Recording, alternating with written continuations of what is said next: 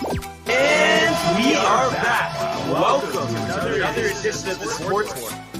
And we are back. We got the full crew in the house. That is what it's all about. The Yankees, out of any team in the league, are the best equipped to handle a blow like this. I think there is a higher power at play here. He's due law of averages. That dude is the ultimate scrub. It's trash. Yeah. Every person you have in there is fucking trash. Next game, you're going to see a big performance. You can see it in the end of the game, and I'm just totally stoked and excited for this. And we are back. Welcome to another edition of the Sportsport here on a thirsty Thursday. Barnes, Tony, Danny, once again, finally some positivity here. Not only is the Beach Bash tomorrow, but we had 2 New York wins last night. What's going on, brother? Not much, dude. Definitely happier to be here. Probably as happy as all week, you know? I mean, we've been saying this, working towards the Beach Bash, silver lining. It's all, you know, all the losses here. Now we're getting some wins. We're getting the Beach Bash tomorrow. And it's really more like today. We're leaving today. So it's kind of starting for us now, dude. The time is now. So, yeah, dude, a lot to look forward to. Got some golf on right now. I know kind of weird weather right now. I'm not going to lie.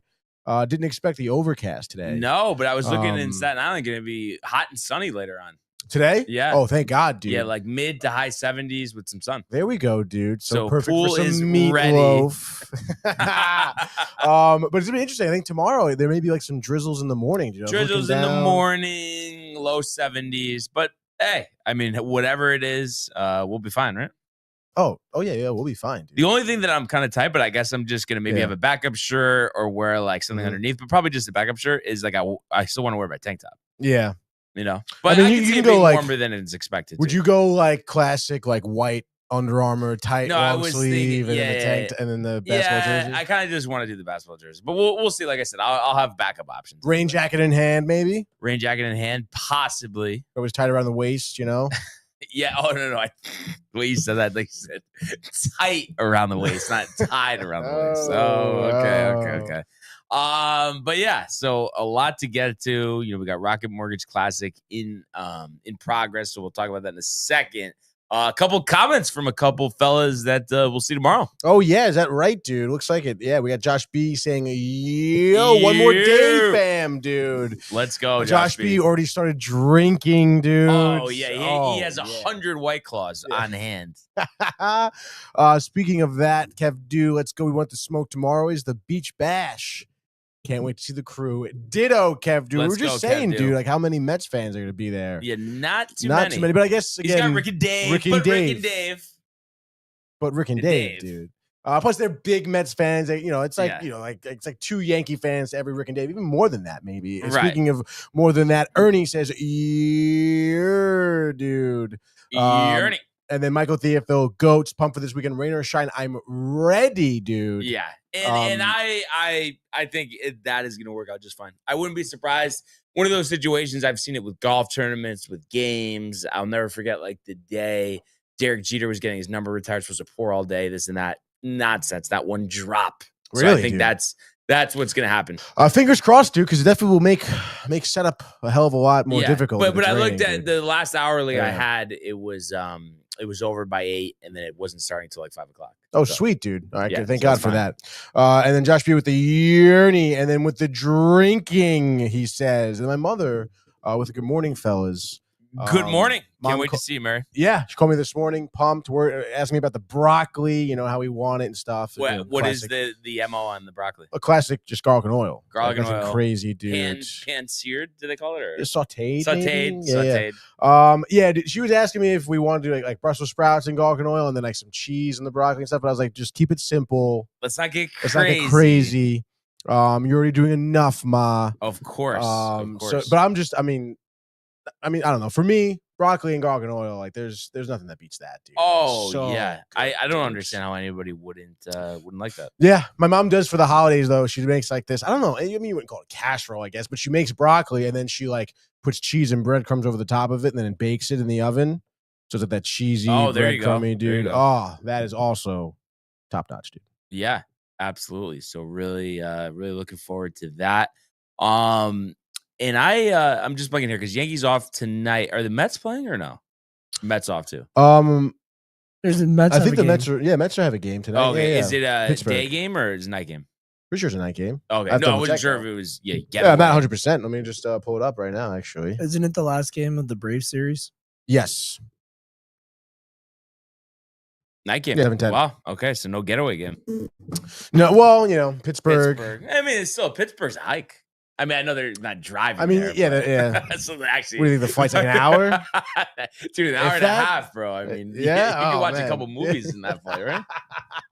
But yeah, at least, like I said, at least it was a good night with baseball yesterday. And also, we didn't even talk about it yesterday. We had the NBA draft, so maybe we'll talk about that for a second. Yeah, even Mike was like kind of surprised, like, "Wow, dude, like, the draft is tonight." Yeah, Yeah. So I guess I'm sure you want to talk about that. Did you watch it all?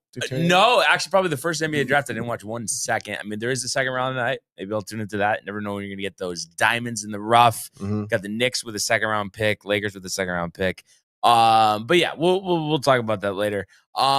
But right now, Rocket Classic looks like it's nice and sunny in Detroit. Zach Johnson, your leader, the grizzled vet here, 5 under through his first 9 holes. So a great start for Zach Johnson, who, last year or two has not had much success on the PGA Tour.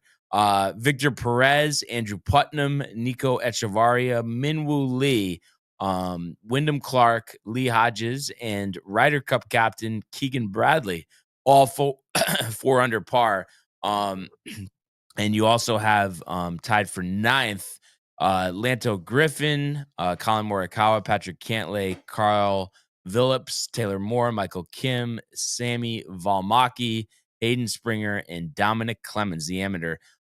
So really playing as we anticipated, being that it's a player-friendly course.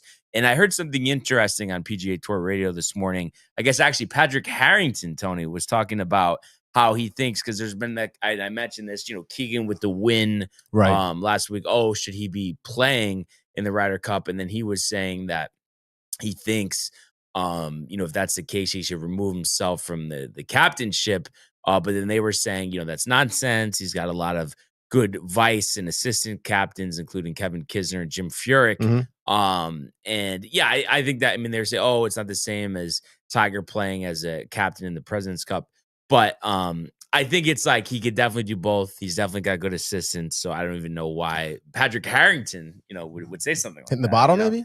But they were just saying he was like comparing it to himself, that he could have done it. But it's like, well, has it ever been done before at the Ryder Cup? I'm sure it has. All right, so it's not like Arnie back in the day. No, and like I said, the President's Club Tiger did it. So, but he's just playing well. So I think they would want him on the team, and it would be very poetic. Not the fact that it's not already. As Cantlay rips that one down the fairway. Dude. But that he was so disappointed last Ryder Cup to be left off the roster. Now he's the captain. Now he could possibly be playing as well. So that's a good story. We'll keep an eye out for the Rocket Classic. Yeah, dude. Keegan Bradley, watch out for him, man. Yeah, definitely a sleeper. Could go on a tear. I love that they're going Texas wedge here. Oh, and dude. It feels like we are in Texas as Echevarria makes it from off the green. But I love that because the pros typically, always chipping from that spot. Mm-hmm. But I love a good Texas wedge. That's my favorite shot, honestly, and I feel like I've perfected it over the years. I'll go through the rough. I'll go 70 yards out with a putter if it's downhill or there's no rough in the way. I just feel like it's so much easier to get it close to the hole, because I've gotten to a point where I'm pretty good with chipping. I'm not going to chip it over the green, but I have problems like getting it that close. Yeah. And I just feel like with a putter, you can get it so much closer. Putting from 70 yards out is pretty wild. But if it's the downhill, no, yeah. I've never seen a pro do it. Yeah, no, exactly. No, that'll be the day. Not going to do that, of course. Well, if they perfected it, dude, they could. And I see a couple more here. Yes, dude. Of course, my mother, after the good morning, she says, starting to rain now, but not going to be raining later. I freaking hope not. Well, hey, listen, pool, as long as there's no lightning, the pool is fair game. Just 5 p.m. 77 and sunny, 6 p.m. 76 and sunny, 7 p.m. 74 and sunny, 8 p.m., 72 and sunny. Is this the Apple weather? Or Yeah. what are you? Oh, Apple weather. Okay, Yeah. cool. Which name? Sure. Sunset 8:31. So let's go. 8:31, dude. Fish boy, John Pollock. Oi, fellas, dude. Tough one there, John. Killed me for the picks. All right. Come on. Matthew Gable says, here we go. He says, Mets and Yankees both win. Last time that happened, it was dude. And then Matthew says, wow, nice. There we the go. Weather, I'm assuming. Yeah, because he said for his workout, he's got to actually swim some laps in the pool. Oh, really? Yeah. I mean, and then he's going to be bringing his own salmon. He's not going to be having any meatloaf. Yeah, I'll bring my own salmon, dudes. I wonder how many laps. I mean, you pull like that, you probably got to do like 100, dude. Oh, he'll do 200, and then got to do push-ups. Come on. Yeah. Come on. John That Pollock. salt water. Hard to watch yesterday, but still first team to 50 Hey, wins. listen, the Tigers are having a great season. It was just tough, like I said, because I just had it for the picks. So it was just, a little disappointing. But it's all right. Jinxed it, dude. Yeah, no, definitely. That's what it was. This is a game. This is a game. But yeah, a lot to talk about baseball wise. So let's get to the world of Major League Baseball.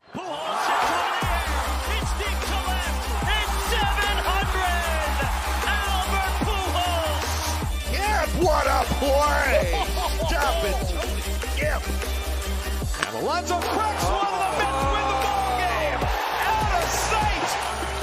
And it works at 100 miles an hour. 14 strikeout. Drill deep to left field. There it goes. See ya. All right. So like we said, back to the winning ways last night for the New York Yankees, a 7-1 victory over the Cincinnati Reds. So salvaging the last game of that 3-game set after dropping the first two. And, I would say this one got off to a pretty good start. And really, the Yankees had the momentum pretty much the entire game. And what do you know, Max Fried, we talk about Tigers 50-50 wins. How about Max Fried first to 10 himself? Now 10-2, 7 innings, 4 hits, 1 run unearned on an error. So no earned runs, 1 walk, 7 strikeouts, a 1.92 ERA through 106 pitches, 65 for strikes. Was just outstanding. It's always just so big when Max Fried is pitching after you've lost a couple games in a row. He just completely flips momentum, and that's what he did last night. And the offense came to play here. 7 runs, 13 hits, and I was talking about this off air with you guys. The fact that we were still 4 of 22 with runners in scoring position, but still had 7, won 7-1. So, that has to improve. It will improve. But it's just crazy to think about that. And then you had 2 guys in the lineup with 4 hits each. Trent Grisham 4 for 6 with a run scored and an RBI. So after really struggling, seems like he's kind of starting to heat back up, and he's been doing great in center field as well. So like I said, we just want to make sure that he's not taking away too much playing time from Jason Dominguez, who, what do you know, was also 4 for 5 instead of 4 for 6, but 4 hits, 2 runs. And really, this I don't think gets talked enough, but has really been improving on the defensive side of things here. Much concern, spring training, could do it in left field. Does he need to go back to center? He's really handled it in stride. So you love to see, the improvement on his end. And then, other than that, Jazz did have a big 2-run homer in the 3rd inning, his 11th. So, bouncing back after, getting ejected yesterday. Did have the 1 throwing error, but that home run was a shot. So you love to see that. Since he's came to the Yankees, I mean, the power has been unbelievable. And you look at the starting lineup here, everybody got a hit other than Volpe. What do you know? And Ben Rice, who did strike out twice. And then Aaron Judge had a big RBI double as well. But it's interesting. Austin Wells struck out his first 2 plate appearances, ends up going 1 for 4 to raise his average. I was just thinking about, moving forward, ways to make this team better. And I was talking about this in the group chat with JD and everyone. I think they should seriously consider Ben Rice is a starting catcher. Wells with the bat, and I just feel like he's not even that good defensively anyway. And I just think, I want Stanton and Rice in the lineup together as much as possible. And it's like, why does Austin Wells need to be there 90% of the time? What is he doing? Right or no? No, yeah, you're not wrong. Looking like you. Right? No, that's right. He does look like me. He looks like me. I don't look like him. But no, yeah, you're not wrong. I mean, what do you think it is? I mean, do you think it's just the belief that he's going to come around? Do you believe he's going to come around, or still swinging for the fences? Is that the problem? I think what it is yes, he'll end the year probably, somewhere between 20 and 25 home runs, but is he going to strike out 170 times and hit 215? Probably. And is he going to get up in big moments where you don't need the grand slam? Mm-hmm. A looping single over third would do the job. And what is he going to do? He's going to swing right through it. I just feel like, we've seen a big enough sample size here where I'm not saying, send him down in the minors, release him. But I just think, why not give Ben Rice the opportunity? Especially because, I don't think Wells, maybe this whole thing about framing, his framing is pretty good, but I don't think his arm and blocking balls behind the plate is that elite. So I just I'm tired of seeing him coming in through a big spot and just swinging and missing. And if there was a stat on just total swings and misses, not just and I'm sure there is somewhere, but not just strikeouts, I feel like he would be near the league lead. I feel like he swings through pitches on a regular basis so much. So yeah, that's just one thing, I would like to see. I want Stanton, Rice, and Dominguez in this lineup as much as possible. And if by playing Ben Rice at catcher, that helps move this along, then I think that would be great. And then, we've talked about this in length, but just getting a third baseman, Jazz with that throwing error last night. I just think, it would just make so much more sense. Him and Volpe up the middle, and yes, Volpe's bat, but I think fielding for the most part, he's pretty good. I just like that double play combination. I do see we have a couple comments here. Yeah, how about Ernie saying tough to watch Jazz play, man? No, so Ernie, and I love it. He's being, I guess, I don't know if facetious, Tony, is the right word, and we still don't know how to spell it exactly. But he just, because a lot of people complaining, JD was saying kind of tight about Jazz for the bad versions of Jazz, and Ernie's been very much so on the defense, as have I. Like I said, I think you take the good with the bad, and there are things he needs to improve on, no doubt. But I just think, while we have him under contract, let's go. I'm all in on Jazz, and I just think we're gonna get the best out of him at second base. What else we got? Oh, you already got a question? No. You were gonna ask a question. Jump out. Shout out to Jacob Lopez. Stats, he says 6 strikeouts, 1 walk, 3 hits, 0 earned runs, 7 innings pitched, making it tough for my Tigers to hit the ball, he says. Yes. So a little bit of a tip of the hat there. There you go. Matthew, speaking of being facetious, says, yeah, Tony, I have flash frozen Atlantic salmon, dude. Would your mom mind making a completely separate dinner for me?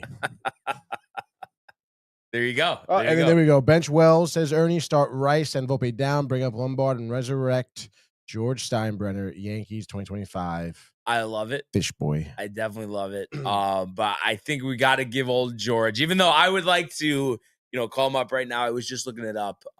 And since he got the promotion to Double-A, hitting 219, and I know you can't go completely by that. But I just think, he needs some more reps down there. So hopefully Volpe, until he's ready, can do a little better.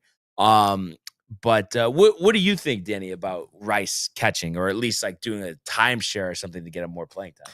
I mean, I think we'll definitely see it this weekend with JC going on the paternity list. Right. So we'll get another game or two of it, which will be exciting, especially with when Aaron Boone was on Talking Yanks earlier this week. He said Goldie's going to get Friday and Saturday at first base because it's a righty with reverse splits and a lefty in JP Sears on Saturday. So we'll get Rice in at least one of those games, which should work out. And I mean, yeah, I'm excited. I know that I've definitely thought about it at different times, being if he's the best left-handed catching hitter, then we got to use him in that spot and keep up that versatility. And then also just moving things. If DJ's not playing, give me Peraza at third and Jazz at second. Yeah. No, absolutely. Yeah. Peraza picks it at third. And I don't know. I mean, DJ, whoa, he's still hitting 240, like still hitting 240. I think like kind of what you're saying. I mean, I would rather, even though technically sure, maybe it's a little less offense, would rather just have that the majority of the time. Just let's be sound defensively. And just LeMahieu at second base with the range just kind of scares me sometimes. Zach Johnson made some ridiculous putt. I don't know if you saw that, dude. 6 under now? He's 6 under, outright lead through 10. Like 40-foot birdie putt on 10. No problem. I mean, no problem. That's a former Ryder Cup captain when you see him. Pretty solid, dude. I can't do that. But Ernie, by the way, says can't wait for the fried rice combo. Hey, Fried I mean rice. that is a good one. Yeah, that is good. Like that's like you should put that on a t-shirt, you know? Yeah, exactly. Come on. Exactly. But yeah, I hope they do that. It's like, and maybe Wells can turn it around, but just right now, like I said, I just don't think he's stout enough defensively to keep just throwing him out there every game. I think it's hurting the teams at times because he's definitely come up in some big situations. What did Matt say? JC, you're a father now. There you go. So congratulations to him, Tony, right? Hope he has a great day. Yes, dude. Hope he has a great day. Hope you get the job, man. But yeah, so I mean, it's I was kind of saying this yesterday. I mean, obviously, first off, I mean, it was just important to get this win yesterday. Because obviously we've been reeling. I mean, you don't want to get swept, of course. And the Rays did win, so we hold that one game lead in the division. And then you feel like there's an opportunity. I mean, we did take 2 out of 3 from the A's in Sacramento. I'm really hoping for a sweep because the way we've played, and I know there's some guys on that team that are talented, but the A's are not a good team. And this should be where things really click. And that series against them in Sacramento, I know we scored a bunch of runs, and I really hope we can do that again this weekend. That's definitely got to be the hope. Rays do play again today against the Royals, so starting tomorrow we'll be up either a game or a game and a half or a half game. So hopefully the Royals can get the job done. And let's see, that's Lorenzen versus Shane Baez, 2 pitchers who haven't pitched that well. Baez. So hopefully Vinny Pasquantino can hit a couple home runs there. We'll have to see. Yeah, so I mean, an off day today, I think that's important. Must be nice. They've played a lot of they've played a lot of games in a row. I think it was 14 games in a row. Or no, 16 games in a row. Went 7-9. So obviously not the record you're hoping for, but that stretch is over with. 9. And then I don't know if this is a Pollock dig here, but he's saying you lucky Jacob Lopez is not playing against the Yankees. Listen, I mean, we don't, put the pitching matchups up. I mean, that's just kind of luck of the draw. And I think we face Severino on Sunday? Yes. I think so. Okay, so that should be. I know we hammered him. I think in Sacramento. So I'm looking forward to that. I think like last year with the Mets, that was kind of Severino's like last run. I think, right? Yeah, I mean, it seems like it. Unless, I mean, I don't know. I mean, maybe he goes to a competitive team again, maybe. But I also thought some of those numbers were hollow. Like overall, it was a solid season. But I feel like I mean, were you really that impressed last year? Up until the postseason, yeah, well, I was. You like that phrase, hollow? You've been using that a lot past like maybe a week or so. I mean, is Zach Johnson leading this tournament? Is that hollow? Is that hollow? The dude? Scoring we've seen, and given the fact that Zach Johnson. If you look at his PGA Tour, record this year, I mean, he's missed the cut in 5 events, and other than the Masters 8th, he's got 1 top 20. So, I mean, I don't know. I mean, is like anything like that in golf really that hollow? I know, I'm just kidding. It's great. Yeah. Great job for Zach Johnson. He's almost 50 years old. So, I mean, the 8th of the Masters, that was unbelievable. Crazy. But yeah, I mean, I feel good that we got this win. And it's just annoying though. We really should have won this series. That 3-0 lead set on on Tuesday, but you can't look back. You got to look forward. And then what do we got here? John Pollock, obviously just tight. He goes, of course, he plays us, dude. Matthew Gable going to run some errands Pumped to see us soon, he says. And then John Pollock says, oh, the Twins this weekend, which he seems really downtrod right now. I mean, 50 I don't wins. know. I mean, I don't know what he's complaining about. I don't know. The Twins, I don't think are that good. I mean, they're decent, I guess. They're not great. Right? No, they're not great. They're not Detroit level. You know, they're not like New York level. I think it's very serviceable weekend. 38 and 42. I mean, what are we talking about? I mean, I don't know what the pitching matchups are. If you're getting maybe the harder rotation, I mean, I if don't like care certain if guys Blyleven is pitching. You should win that series. You should care a little bit, I guess, if it was Burt Blyleven.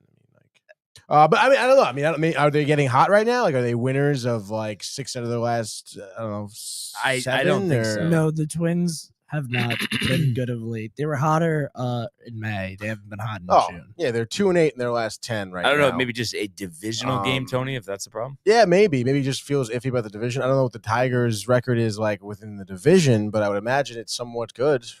Even so, yeah, you know, we'll have to see. And then, I forgot this did come out yesterday. I mean, supposedly, nothing to worry about. But Clark Schmidt, would normally pitch Friday. He's going to pitch Saturday with the recovery and bouncing back. I mean, I from what it sounds like, it's not a problem. I mean, what did you heard that, right? Yeah, I think part of it's just it was hot on Sunday, and he's thrown on Saturday, and he threw his career high in pitches. So yeah, they're just trying to be careful with how many rotation injuries they have. Yeah. So as long as that's the case, that's fine. So just looking at this set. I'm sure we'll talk about this tomorrow, but you got Warren versus Mitch Spence on Friday, Schmidt versus Sears on Saturday, and then undecided versus Severino. I'm thinking that's going to be Alan Winans again.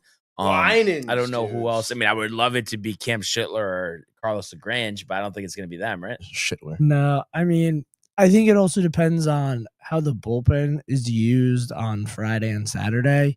If they don't have to use a lot of guys, then like JT Brubaker could get the start, or like him and Alan Winans. You do like they each get like 4 innings maybe from if you can do that from the both of them. Yeah, and if we're going for the sweep too, I think that'll matter as well. Going for the sweep?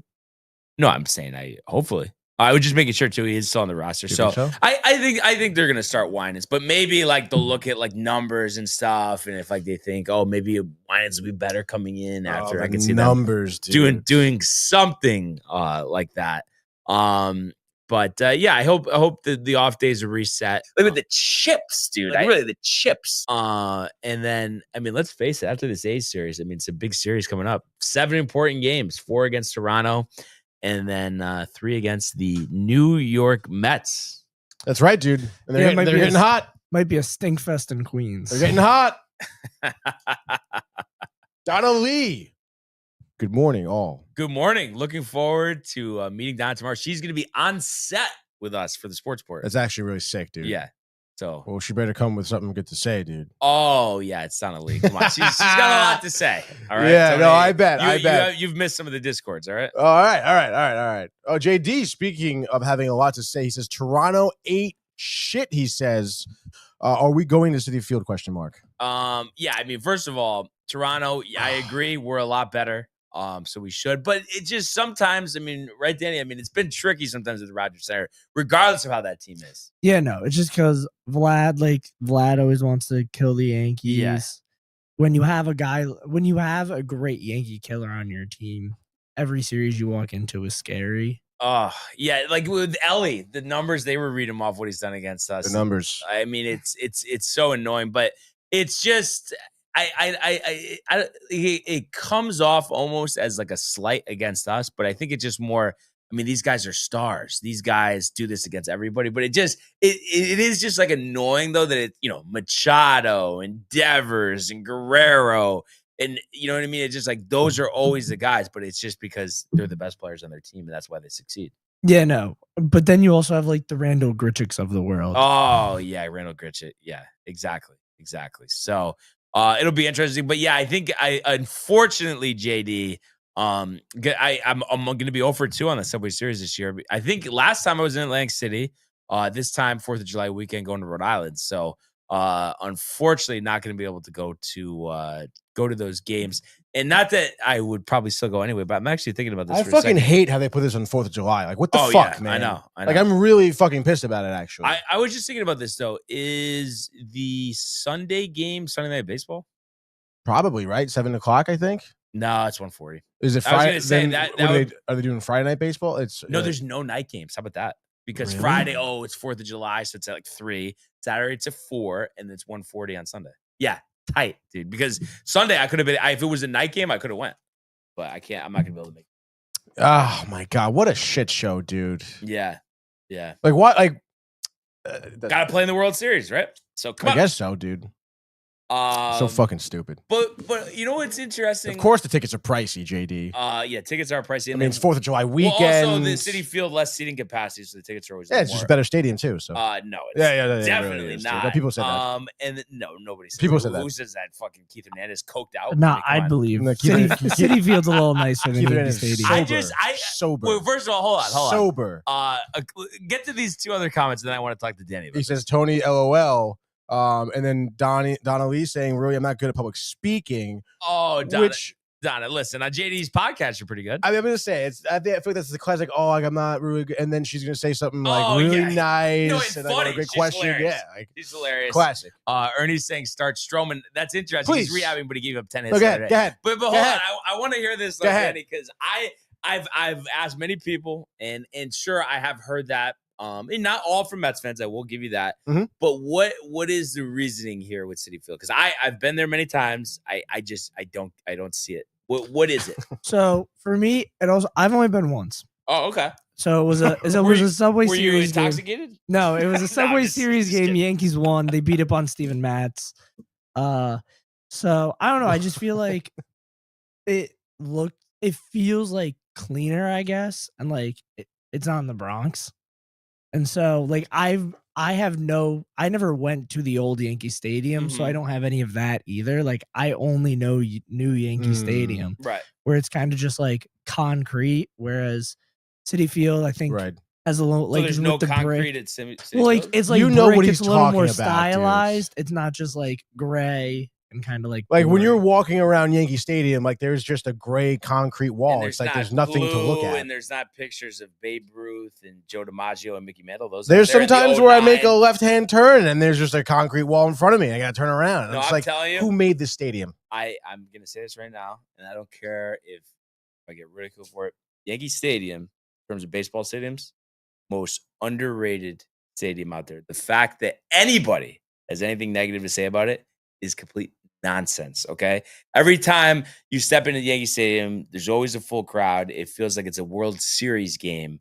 And I feel like they have everything you need there. And I remember you, I think it was you. Maybe I'm wrong. So if I'm wrong with this, here we go. That's fine. But I think you said something. I could be wrong. Could have been someone else. That's something like, oh yeah, like, you know, if you're at the bar at Yankee Stadium, like you can't see the field or something. I thought you said that like a while ago. Maybe I'm wrong. Definitely wrong. What bar? Or walking to the bar, it was more complicated or something. I thought you said that. But regardless of that, yeah, I feel like too, you know, if you're sitting I haven't even sat in the 300 section. I would imagine that's probably not bad either. But anywhere in the 200s down, you got a great seat. And yeah, you know, you want to have your qualms about the food, but that's why you go to Arthur Ave. So that would be the one thing that I would say that probably Citi Field is better is with the food. But I mean, go to Arthur Ave. Like, I don't need to eat at the ballpark. I mean, the food's not gonna be that great anyway. Even if it's better, it's not that great. Sure, I have some cookies. Like, yeah, I'll have some cookies, dude. Some, Brian. You need a whole tub. You owe me one. Next year, I got you. Stop. No. Dude, I bought 2 for us. Like, what? Oh my god, dude, those cookies are so freaking good, dude. Ridiculous. And of course, Mike was like, I don't know if they're gonna be hot. But like, also, though, just back to this for 1 second. Like, I'm not seeing the whole concrete thing. I feel like there's Yankee logos, colors all over the stadium. And in the concrete, it literally says Yankee Stadium. In the concrete, it says Babe Ruth Plaza. So like, I still I still just don't understand that. But it's not. I mean, it's not like aesthetically pleasing. Like seeing but it's not aesthetically pleasing because it doesn't have the Mets with their green seats. No, I mean, is that aesthetically pleasing? no. It has nothing to do with City Field. I feel like I never heard. I'm not even comparing it to City Field right now. I'm just talking about Yankee Stadium. And I love going to Yankee Stadium. We sit in front. Standing center field is dope. I love doing that. Sitting in the bleachers is awesome. Like I've had great times at Yankee Stadium. But I mean, we're the lights looking up. It's grand. It's awesome. I don't understand. We're critiquing it because you brought it up. Like you're comparing City Field. But I'm saying I don't understand that. Like I've never been to Yankee Stadium and been like, there's too much concrete. Because like you're biased. Like you don't give a shit. Like you're there to see the Yankees, and that's that. In my seat, am I thinking about concrete? Like I don't understand that. But you're asking. You're talking about the exterior of the stadium that you only see when you. But I'm saying when you're in your seat, are you seeing concrete or are you seeing a baseball game? Depends on where I'm looking, I guess. Concrete, is it blinding your view of the stadium? Oh, no. But, like, if I walk around City Field, which I have, and I walk around Yankee Stadium... I think that, you know what, that's the problem. And this isn't, like, has anything to do with what Danny was saying, but I'm just saying in general, like, people talk about walking around and stuff. You don't go to the stadium to walk around. You go to the stadium to watch the game, and there's a lot of people that spend half the time at the concession stands walking around. And it's like, well, you know, I mean...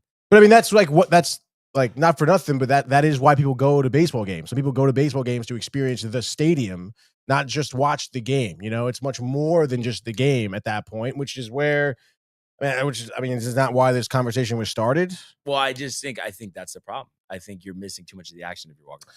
Yeah, but then, like, by that logic, who gives a fuck about the stadium at all? Have no food. Have nothing. Have nothing. I think you want have drinks. Just a field with seats. Have drinks. Bring your own. BYOB. Save money. How about that? All I'm saying is, and I know everybody thinks that it has something to do with the Mets. And I'm sure it does. It does. Because I mean, this is But I mean, I've been to both stadiums, and I don't get the feel, and I still haven't had a rebuttal on the green seats. The green seats do not fit in with the character of the stadium. See, why aren't you watching the game? Like, why are you looking at the seats? Why aren't you watching the game? But you can't not see the green when you sit down. There's green in the field. Blends right in, actually. Makes it seamless. You're in your seat. So if you go look at your cup holder, it's green. Why you looking at your cup holder, dude? Look at the game. No, look at the game, dude. Facetious Tony. Here he is. I always go to City Field. I've never thought to myself ever. Yankee Stadium, 100, a million, whatever number you want to say. So much better than City Field. But go up. Let's get all these comments. The chirps. Josh B. Come on. Go up. Come on. Go up. Go ahead. All right. Let's see what we got going on. Start Stroman. JD. I mean, I guess I could say this. Says Don's going to public nudity. Yeah, no. They joke back and forth like that. Hopefully, there's none at the beach bash. I would imagine Donna will not be doing that. So yeah, I'll give her the benefit of the doubt on that one. And then my mother says no comparison. City Field is by far nicer. My friend, crazy Yankee fan, even says it's better. I think that makes as much sense as the self-proclaimed award-winning group of Ron It's not Darling self-proclaimed. What? It is. It's not. It is. It's not. And in the poll of all 30,000 people voting that came and fit into the stadium, fill a stadium. Who voted for the Yankees? Who voted for yes? I mean, I didn't vote, so it doesn't Why count. not? It doesn't count. Why not? It doesn't count. And then JD says Barnes is loco, underrated. But JD, he says. just give me a second here, and I hope JD's still here. But how is it not underrated if everyone does is talk shit about it when it's one of the best ballparks in the league? I would love to hear the response to that and continue. Talking to me or JD? No, you. Oh yeah. Ernie says if this was at Yankee Stadium, we'd have a night game. He says. We would. What does that have to do with anything? Well, I think it's ridiculous. Like, just have one night game, and really, the night game. Who decides that though? The night game should have been Saturday. I guess. Really though, you know what it is. Unless it's a national game on Saturday, it's going to be a day game. Yeah, and again, it's because Sunday. It's just July 4th weekend. Yeah, and again, I don't know whose idea it was to have like a Subway Series on July 4th weekend. Like, it wouldn't be better September 11th weekend instead. Like that, like people leave for the weekend, right? Like people go out of the city, right? But no, we've talked about it many times. It's got to be September 11th area every season. It just makes too much sense. Yeah, literally, it does make too much sense. Mets couldn't get the schedule together, he says. But see, I don't think. I mean, is it the Mets that decide to have it this day? Like, in all fairness, it's not. It's not. I mean, start times might be on them, though. I will say that. He says never need that much bud to enjoy a game. I'll tell you that much. I mean, like, come on. Honestly, like prima donnas. He's Yeah. got a prissy attitude, Yeah. honestly, is what this is. It's kind of ridiculous. Barnes had them super Yankee blinders on again. And what I would say, Hey, you and Josh Ernie B, sharing the same blinders, It's dude. okay. I'm not faulting you for this, at all. But I think Kev Dew has been in your ear too much, and it's talking about blinders. It's blinded your vision. Writings on the wall, Brian. Because I get Writings on the wall. Because I'm just saying, Tony, you don't see these things in the chats and the discords, okay? And it's just like I feel like I'm like not. I wouldn't say attacked, but maybe critiqued for liking my team, and it just feels like for Kev Dew, like nothing is going to be acceptable other than like praising the Mets, and it's just not going to happen. I'm going to be behind my team, and also I don't care if no one but Michael Butka believes me. I really am saying this non-biasedly. I really, in deep down, believe Yankee Stadium is better than Citi Field. Nothing to do. But with you the are Mets. biased, though. But I'm saying you're a Yankee fan. Like, how are you not biased? I'm just telling you. That's just the truth. I am a. You can't say non-biased. It is when you are a Yankee fan. Fan. Okay, so then you can't say non-biased if you're a Mets fan for the Citi Field. That's right. Which I haven't said non-biased. But I'm the only one who's getting my credentials revoked. You're the only one saying non-biased. Because you are biased. Because I've been to no, you know why I'm not? Because I've been to a bunch of ballparks, and you know why? To prove to you, just if we're talking about ballparks, and not like because like of what we're seeing on the field, Petco Park is the best ballpark. Okay, but it's like I'm so confused now. Petco Park is the best ballpark, better than Yankee Stadium. Yes, but okay, but. I would still rather go to Yankee Stadium unless the Yankees were playing at Petco Park. Because at the end of the day, I want to see the Yankees play. But I'm just saying, purely a ballpark. And there you go, Tony. There's your non-bias. That would be non-biased, yes. So there you go. So everybody, you don't know what you're talking about. So continue. But that also kind of like, undermines everything you just said up until that point. I'm just tired of everybody saying that I don't know what I'm talking about on bias. And it's like, you guys don't know what you're talking about. How about that? I didn't say you didn't know what you were talking about. Well, I mean, it's just everybody else. Well, you just can't say non-biased when you're, I'm just right. Sit there That's all I know. Just continue. Just continue. John Paul getting a good kick out of this. LOL. Ernie, pretty much he's saying Citi Field makes him feel fuzzy inside. Does Citi Field make me feel fuzzy? Is that what you're saying? I don't know. I mean, sure it does. It's a happy place. My mother, very cold Yankee Stadium, not welcoming. Well, Mary, I hate to break it to you, but that's because it's not welcoming. Rose-colored glasses. Mets fans. But continue. I've felt very welcome there. Well, you didn't go to Yankees Mets. No, but I went to Yankees. But I'm saying you wouldn't feel it if it was Yankees No, obviously not. No. And then Soto on fire in June. JD says Tony get Barnes going on Judge postseason success. We've been there, and we will go there. Oh god, and I'm undefeated, just like Skip Bayless, right? Josh B says that's right there. You didn't vote, doesn't count. The blinders, he says. Like I said, I think Kev Dew has put something in Josh B's White Claw. Okay, because it's like I'm not allowed to have anything pro Yankees. And I can't have any positivity, all because of Kev Dew. I'm just right in quotes. He says, laughing.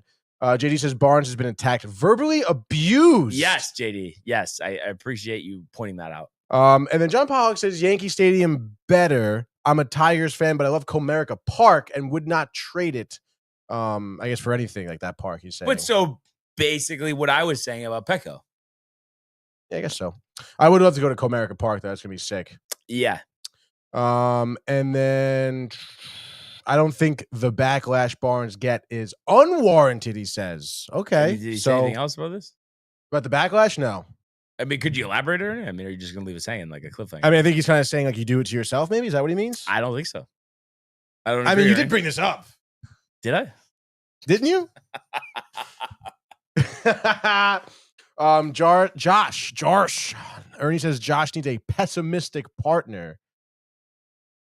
Yeah. Sure. There you go. There you go. You don't win awards for being pessimistic, Josh. Just remember that, all right?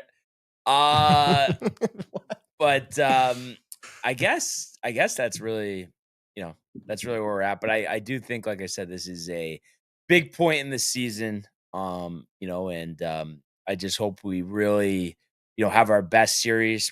Since we swept Kansas City? That's what I'm expecting this weekend. And anything less will be a disappointment.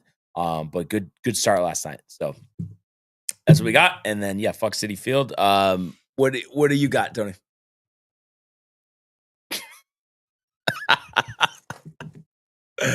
Oh man, I had a great night at Citi Field last night. I wish I was there, dude. I really do. Sorry, hold on. We had a big win, dude. Finally from the Mets here, the 7-3 victory, first time this season, defeating the Braves here.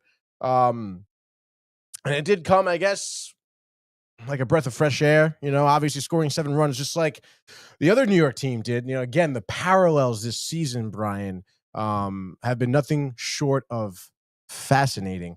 You get the Clay Holmes start here, and I mean, not for nothing, I guess he did get the job done, I suppose. 5 innings, 3 hits, 1 earned run, only 4 walks, so I guess you could only 4 walks. Well, compared to his last start, which was 6, Brian, it is less than that. So no, but progress. I mean, that's a ton in 5 innings. Though, yes, obviously. But again, like last outing was 6 in 5 innings, so it's like we're getting progress. What is it? I mean, is he nibbling or is he yanking pitches? Why is he walking so many batters? I mean, I guess it seems like a little bit of both. It just seems like it's like the classic, like he'll maybe pull it so it kind of like his sinker will be like low and outside the zone, and then he'll kind of like try and overcompensate, and then all of a sudden he's like missing high and inside, you know, and then he eventually finds a strike zone. But it just seems like his adjustments he initially makes maybe aren't necessarily helping his location.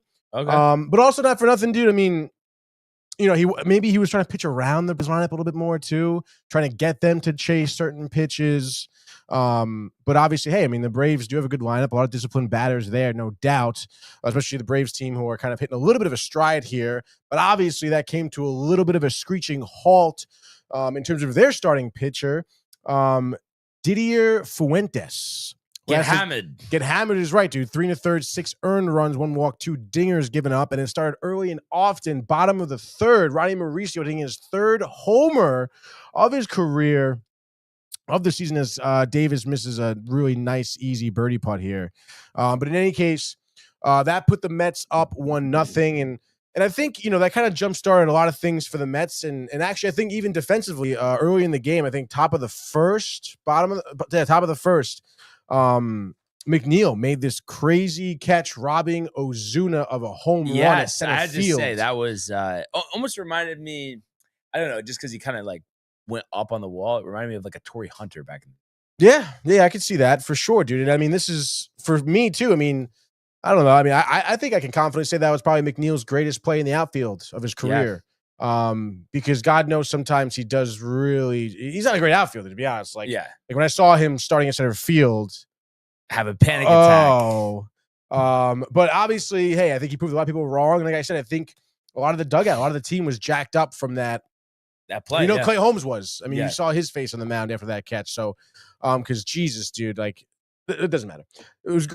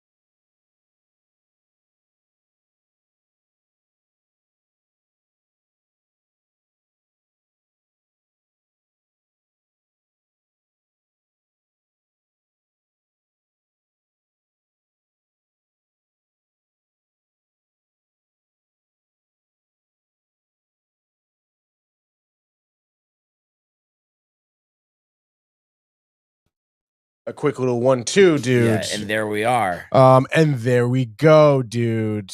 And the Mets win. And then the Mets won, and that was the entire recap, dude. And there we are. And there we are, dude. In somewhat lower quality. That's all right, fine. We're good. We're good. Is this gonna lower or not? Dude, what the fuck is going on right now? All right. Doesn't matter. Any case, dude, you end the fourth. You get out of the fourth, or I should say the Braves get out of the fourth here. Down 6-1. So obviously pretty great to see a 5-run fourth inning. At that point, especially the way the Mets have been playing, I mean, nothing is guaranteed. Holmes goes out there, top of the fifth. Allen grounds out, Acuna walks, Olsen singles. Ozuna then grounds out and gets right to ground out. So, you know, honestly, at that point, kind of expected maybe kind of a tough inning for Clay Holmes, but gets through it. You'll have to see it. Like we said before, that was the end of his night. Waddle comes in pitching for the Mets. It was 3 up, 3 down for him, ending the inning with a Verdugo double play, which got him out of the inning. And then Bouteau, dude, Bouteau was looking really dialed in, to be honest. He comes in for the 7th. He does get Harris to ground out to short. Allen singles to left. Kind of thought maybe again, like Bouteau would start giving him some hits. Interesting. But he gets Acuna and Olsen to strike out back to back to end the inning. Acuna, you can go fuck off, dude. Bottom of the 7th, Cox pitching for Atlanta here. Juan Soto, yet again here, leading off the inning, ropes a homer, 2nd of the night, 19th of the season. Off a fastball. Both those homers, hard hit, dude. You heard it off the bat. Sounded like they were going to go out. That's exactly what they did. Makes it 7-1.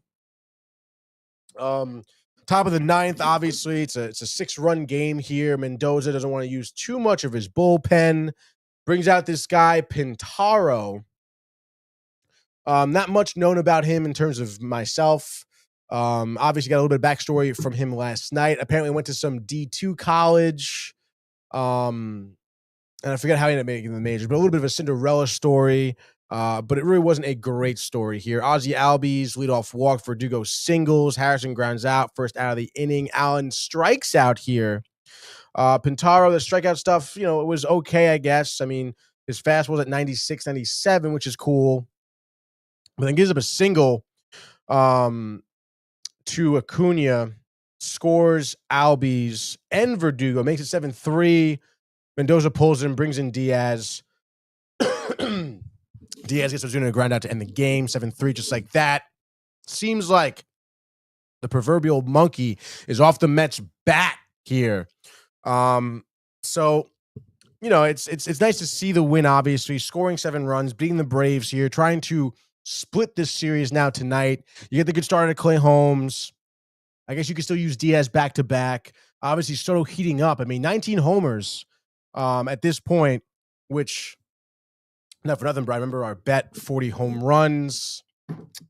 Yeah. I mean, we're exactly halfway through the season. Exactly. He has 19, and he's had 10 homers in the month of June. But so you know what the tough part for you is? The proverbial 39 I know, definitely dude. It's could definitely in the happen cards. 38, Yeah. 39. But again, I mean, I'm kind of coming from the standpoint where slow start still has 19 No, the he first half. he could totally do it. But I'm just saying, it's like, you know, having to average 25 a game, 24-9. It just it's like, you know, doing the grid. You think your guy has 300 career home runs, but 299. Yeah, dude. exactly. But nonetheless, you're stoked about the win. You know, obviously I'm not that stoked. I mean, for me to be stoked, to be honest, dude, split the series, sweep the Pirates. Like that's what stoked would be. And then like you take 2 out of 3 from the Brewers, you're fucking elated. Okay. You've been lucky enough that the Phillies have been kind of losing some games. First place is not out of the grasp. The Braves are still somewhat behind you, I guess, even though you'd expect them to be competitive down the stretch of the season. But what's important is that, you know, other players kind of get hot here. You know, Lindor had a hard hit ball that was, I think, caught maybe by Acuna or Harris, maybe, robbing him of a home run. So, you know, if we can get some of these guys to gel a little bit more. Beatty had a great hit last night. He had a great defensive play, actually, too. I want to say, was it in the 5th when kind of Holmes was working around a little bit of the lineup, I think Acuna was on second. It was a hard hit ground ball to Beatty, and he charged it, but had to like sidestep out of the way of Acuna, who was running on the baseline, and then pick the ball up and then rifle it to first for the out. So, I mean, again, it just seems like, I mean, if Beatty could get like it together at the plate, consistently be good defender, which he has been for the most part this season, I think, on defense. Obviously, some kerfuffles, but it would feel that I would feel much better with Beatty at third base, and then Vientos comes back, he's DH, and like hopefully his back come alive. Like that's what I would really like. I feel we'll see what happens, but still, you're on to tonight, and like I said, you want to split the series, so let's go, dude. Splitting the sixes. Yeah. And let's get to these comments, because there's one more thing about this topic I want to say. John Pollock, you get a nice view when the Mets come to Detroit on September 1st. He wants me to come to Comerica Park, dude. That would be sick. Wow. That would be cool. That would be dope. And Josh B says, and you don't win awards for being optimistic. LMAO, a little clap back right there. And then Ernie saying Nobel Peace Prize, ? That's based on optimism of peace. No, LMAO. Josh B, baseball, Ernie. Stick to the baseball. We're talking about sports topic. What are you, 7, he says? Yeah. So what I was going to say, what do you want to say? I kind of already alluded to this. And listen, nobody loves Josh B more than me. But I think not even his wife, dude. Not even Michael Bucket. But I think, and I don't even know, if he realizes it, but I think Kev Dew has gotten to his head a little bit. Stop. No, hold on. You can say what you want after. But Can I? I think that he thinks that there's like something, like it's like a smart thing that he has to, I don't know. I'm trying to think of the right word, but just like give the Mets their due. And it's just one of those things. Like, I mean, I don't care if Aaron Judge says it to me directly. I mean, that's just something that I'm not going to do. And I just feel like I think that there's like pressure from that he doesn't even realize that's made him have these things about like Citi Field and like, this and that. And it's just like, I'm never going to do that. So Non-biased though. No, I mean, it's like I've told you, Tony, like, and I'll say this again right now.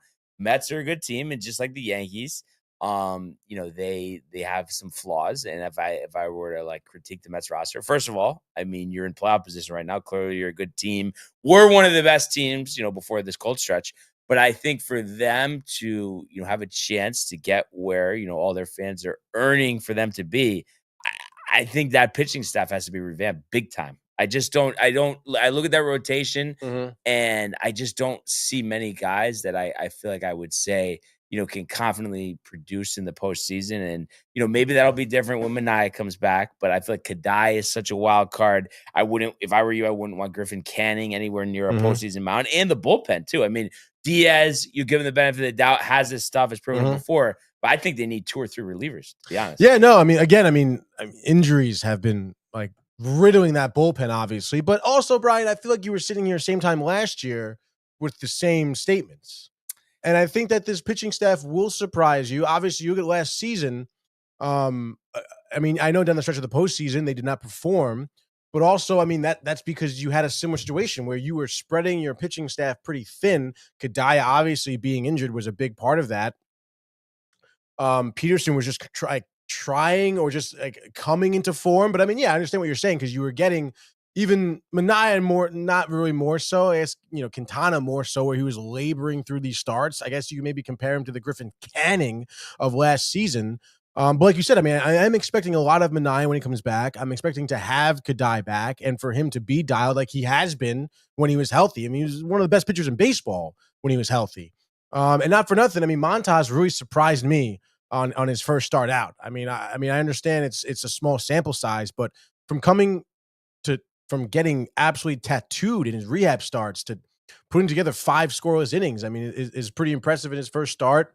But I agree. I mean, I think a bullpen piece is imminent. Obviously, having Stanek out is tough. AJ Minter out for the season was brutal. What's the deal with Stanek? Oh, sorry, that's Stanek. Kranick. Max Kranick. Kranick. I was like, Stanek's fine. But again, he's a guy who's you're like kind of a little rocky with.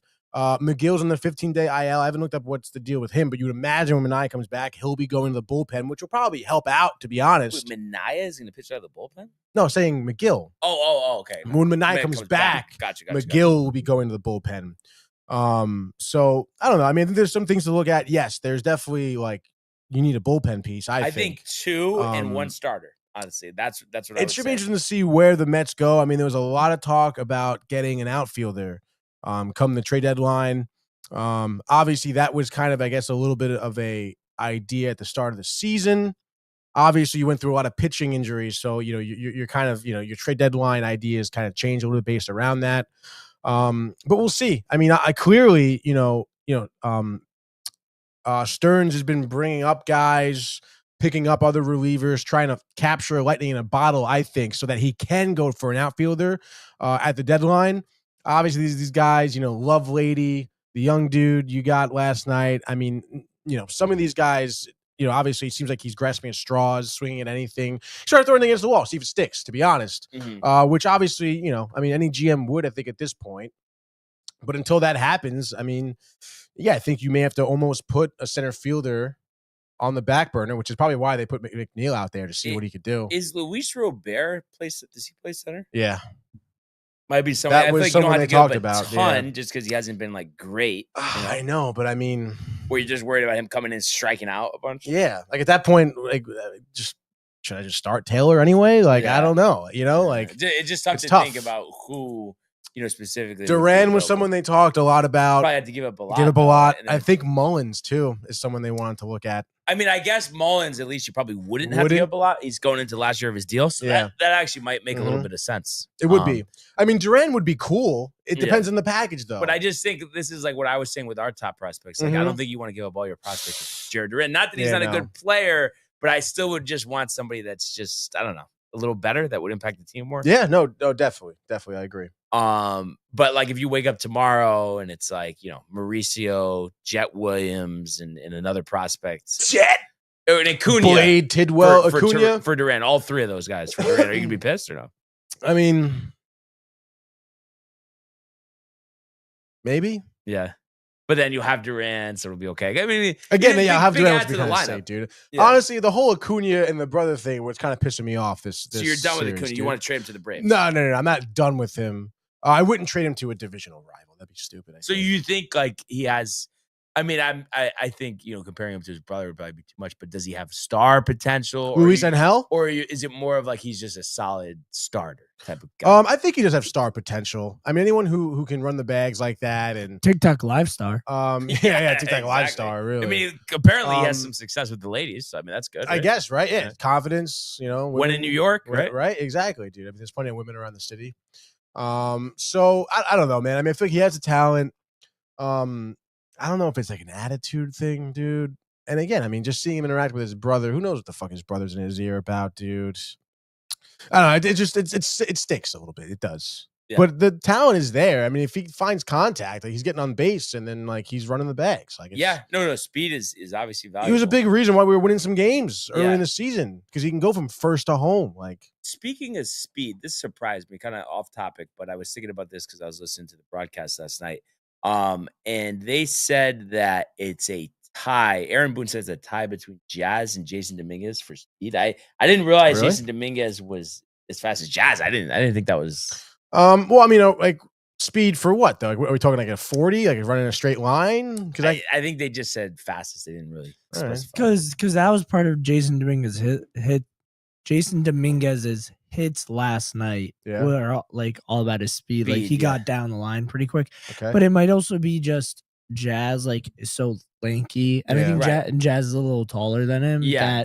It just Jazz coming up, making up for the distance, whereas Dominguez is just faster as a whole, maybe. Yeah. But I mean, maybe I'm just comparing it to two many guys, but even though those guys are fast, doesn't it seem like when we play other teams and just obviously this series, Ellie, I feel like we've never had a guy like that. I don't think we have anybody that can just beat out a normal ground ball. Yeah, I think it's also they're not focusing on that. So organizationally, And so that's part of the issue. Like you know what I mean? Like if you compare Volpe to Cruz, like he almost seems slow. Yeah. But I guess he's like he probably has above average speed, but he's not like elite speed Volpe.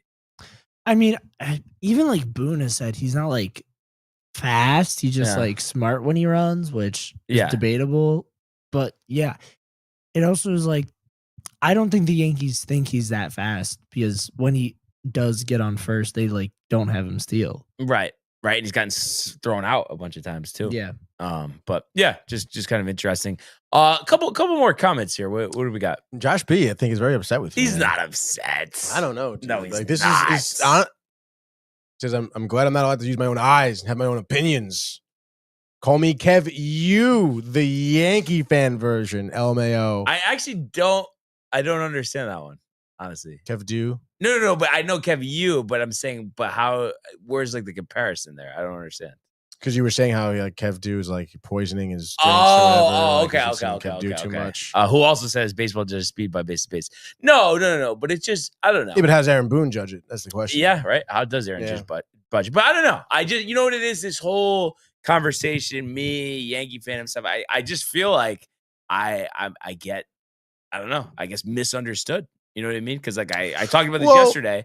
It's like I feel like I get the look that I'm like I never let them off the hook. Oh, I just that's the thing I don't understand, and like that I'm crazy. Like explain it to me, Tony. Other than take the City Field thing out because that's just never we're not gonna because we have Kev Do on the line, dude. Oh boy. Who? I mean, I think this is a good. No, I think it's a beach bash, pumped VIP tables. Kev Do, you got us? No Kev Do right now. No. Hold on, stand by. I mean, it's the classic like Bluetooth, the disconnect. Dude, I don't know. How about now? The connections, dude. Yo. All right, I'll just go speaker. You guys here? Yeah, we got you, dude. What's going on, bro? What's up, brother? What's going on? Yeah, no, see, the problem is Josh is a realist Yankee fan, and we all discussed Barnes isn't. That's why when I say what I'm saying about him, Josh agrees. Not because I'm poisoning his mind. It's because I'm kind of right. You know? But I see the thing. I don't see that though because I don't poison minds. But the thing is, I don't agree with that just because, like, I mean, we talk about the Yankees every day here. When a player's bad, I tell you. When they have a bad game, I tell you. So I don't understand what makes me not realistic. Oh man, Barnes. Well, I mean, if you can't even answer the question, I mean, bro. So then answer the question. But it all stems from the conversation we had yesterday about Judge in the playoffs and all that. But when did I say it was acceptable what he's done? When did I ever say that? When did I say it was good enough? No, not that you said it wasn't good enough. Is that you're like, yeah, it's gonna happen this year. You keep on saying it. It hasn't happened for him yet. But I'm saying you guys. There's just some people that can't perform under the pressure of the playoffs. But some people that can. But the thing is, though, I feel like you think that there's such a big disagreement here. When I agreed with you, you were talking about the odds yesterday. Yeah, of course the odds are going to be because he hasn't done it in the past. The odds are going to be in the favor that he won't do it. But it doesn't mean that it can't happen. So I just don't get why that makes me crazy, though. Why does that make me crazy? Right. Not that it can't happen, but odds are saying it. But I'm saying neither of us are Nostradamus, Kev. I mean, no one's going to be right until it happens. Man, still, the Yankees are bums. I don't care. Yeah, but see, that's what I'm saying. So that's why I feel like I'm taking the brunt of this criticism when I'm not saying anything that's crazy. I know when they're good. I know when they're bad. At the end of the day, until they have a parade down the Canyon of Heroes, it won't be fucking good enough. So I don't think I'm saying anything that's wrong. Yeah, everyone can have their own expectations, and yours are like a fallacy, I guess. I mean, but how? I'm saying it's not good enough. I'm saying it hasn't been good enough, Kev. How is it a fallacy? That doesn't make any sense. What does it even mean? You sound like me getting upset. But I'm just saying, though, how is it? But how is it a fallacy? I just feel like I'm like unfairly criticized about this. What does that mean? You know what? You know what I'm gonna say about you. You are beyond an optimistic fan. Play ball. What I gotta say about you. You're beyond optimistic. I mean, but also though, do we watch sports to torture ourselves and just be depressed? Sometimes. Mets fans do. Well, that's why I'm not one. It's uncalled for. You're one step below. You're one step above Brandon. The way he watches games. Oh, but I don't know. There yet. I think that it's like, either you like a team or you don't. If you like a team, there should be nothing wrong with being all in on it. And I just feel like I'm unfairly criticized, to be honest. No, you're all in on the team, but you're like all in, like you're super crazy about it. I mean, at the end of the day, maybe because your passion for them is way more than a lot of people I know. You get what I'm saying? And that's great. You have the passion, but you just sometimes you got to live in reality that, sometimes it don't happen that way. Like you were born into championships, if you want me to tell you that. So you're used to the winning and all that. But I'm not, because it's been 16 years. Not used to shit. No, but still, you're used to the Yankees every year being in it. You get what I'm saying? Every year they have been in the right, playoffs, and I just want them to win a championship. But I don't get how any of this makes me crazy. That's what I'm just confused about. Why is this crazy? Okay, then you're spoiled. That's what it is. You're over spoiled. But why is it? I'm sorry, but I mean, JD was kidding when he said it before. But I just feel like I'm just unfairly attacked, to be honest. I don't think he used the phrase unfairly. Well, should we go back to it? Listen. I'm not trying to attack you.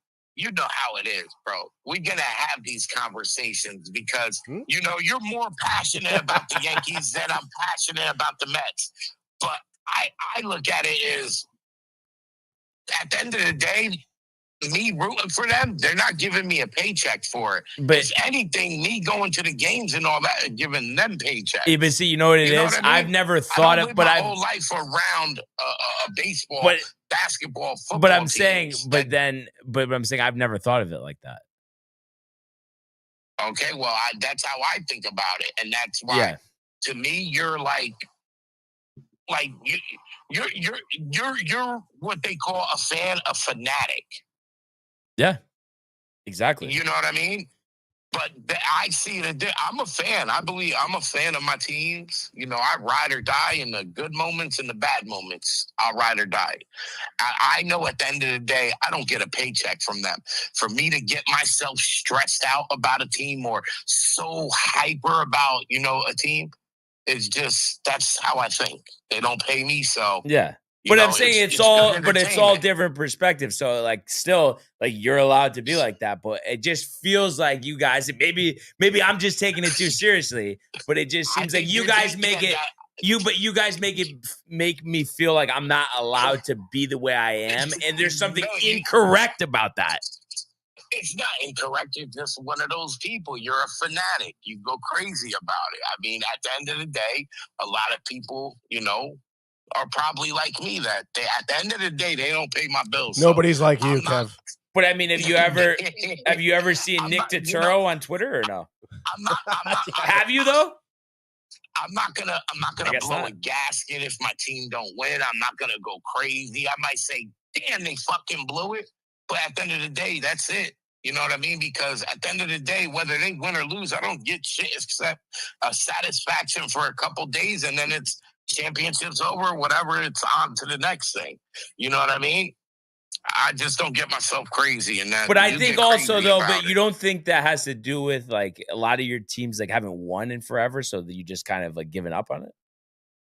Oh, here we go. I'm just asking. I mean, you're used to not winning. All you got is the Yankees that have won, and they haven't won say the Patriots or Kansas City or Golden State lately. That hasn't happened in 25 years. You know what I mean? But I mean, you still didn't answer the question, though. But I'm saying, do you think that the way you are is because you're not used to winning, so it makes you care less? No, it's not. It's not like that at all. It's not like that at all.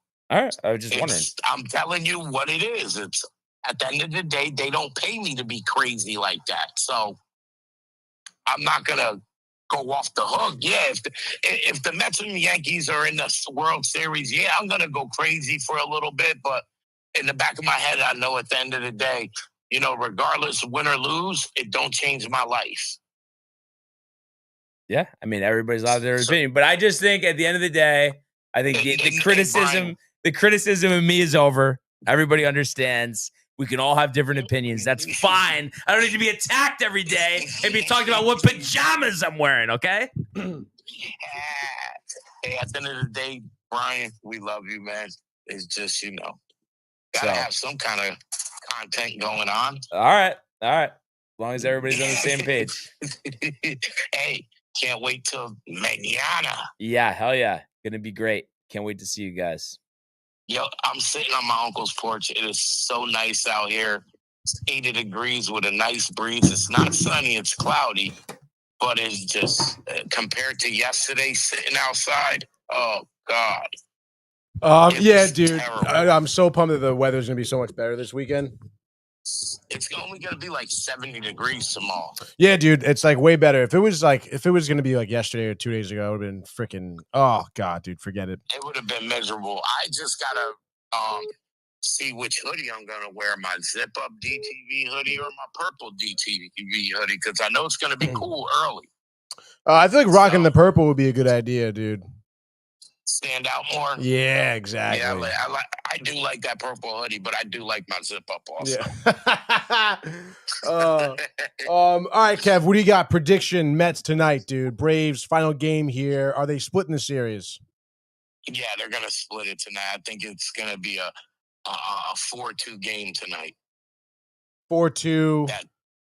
Mets. Yeah, of course.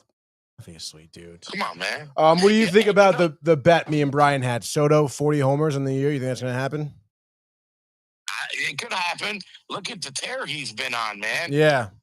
Like he's coming into age. Like this is what we paid for what he's doing. Mm-hmm. Exactly. I mean, so and it's funny too because I have a cousin. He lives across the street from Atlanta Braves Stadium. Mm-hmm. So when we were playing down there last week, oh man, I kept on hearing it from him. And then even the first 2 games here, I was hearing it from him.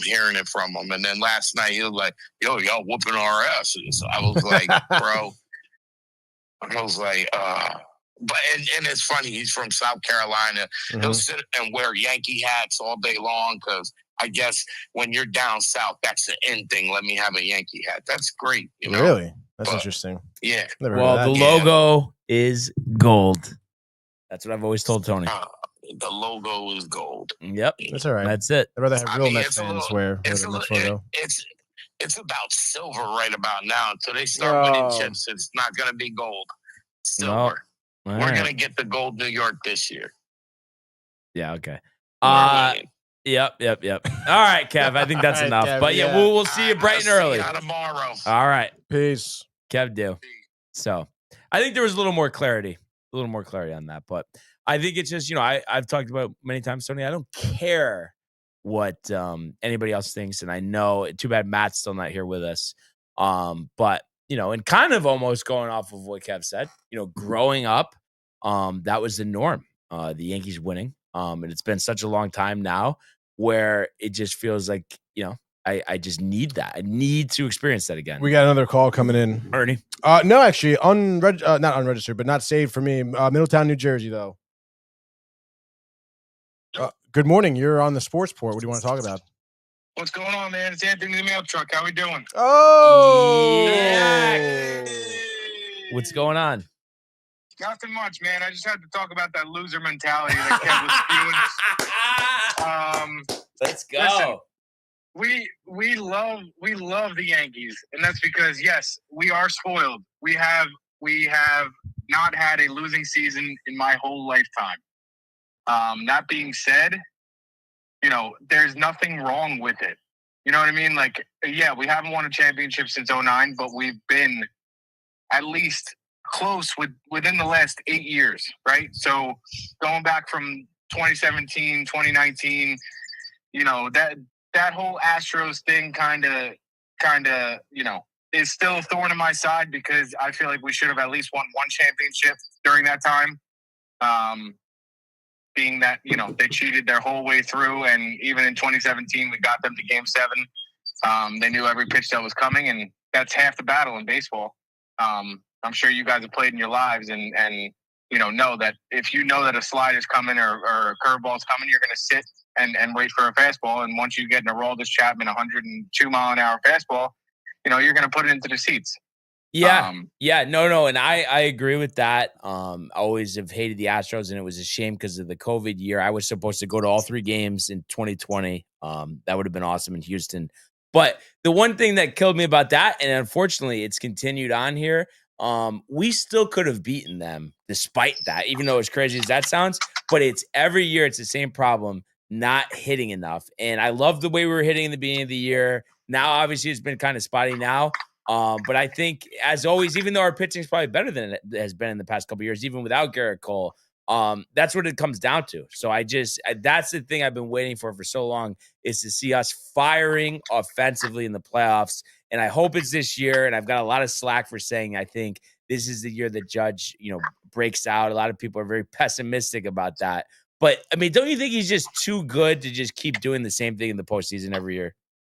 Yeah, and to piggyback off that, I mean, I feel like you have Juan Soto hitting in front of you last year, and I feel like that should have been the year that you get the monkey off your back, and then, you go from there. We never had to worry about that with Jeter. We never had to worry about that with Mariano Rivera. As soon as you got to the 9th inning, you knew, all right, game over. We're good. We don't have that anymore. We don't have the clutch gene that those early Yankees had, and I mean early Yankees as in my lifetime. I just think, I think Cashman needs to, go in and go all out and get a bat. I wouldn't mind a Eugenio Suarez on this team. I don't know how I feel about Arise just because of his defense. But being that, he's a 2-hit guy basically every night, that would help the lineup. But yeah, I couldn't agree more. I think the hitting definitely is what's been our crutch, and it really hasn't been, during the regular season in the past couple of years. But then, as the playoffs come along and pressure ramps up, that's when we get hit the hardest. But yeah, no, exactly. And we were talking about it in the group chat last night.